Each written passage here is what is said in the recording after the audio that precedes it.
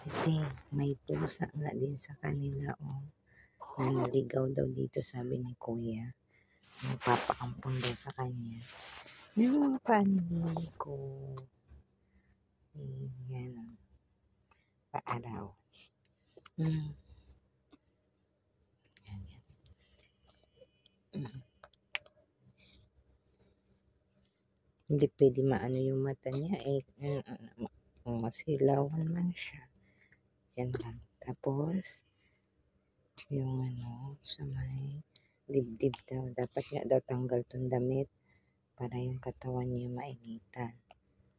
Vitamin D.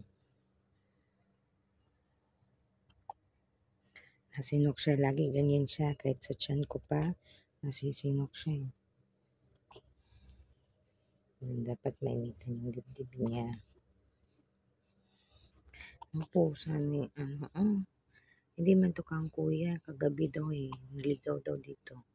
Tapos nagpapaampun yata kay Kuya Mike. Ito yung room niya, te. Oh, may hagdanan. Maliit lang dito, te. Pero wala siyang bed dito sa baba. Yan, ganyan, te. Oh, ang ganda nga, te. Kasi medyo malaking space pag walang bed. Tapos, ito yung niya, hagdanan.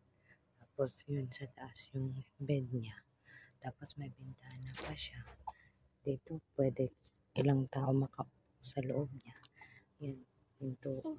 Yan, may space pa doon, oh. Maganda nga yung partition niya dito, te. Yan, anak niya, te. Yan, anak kuya.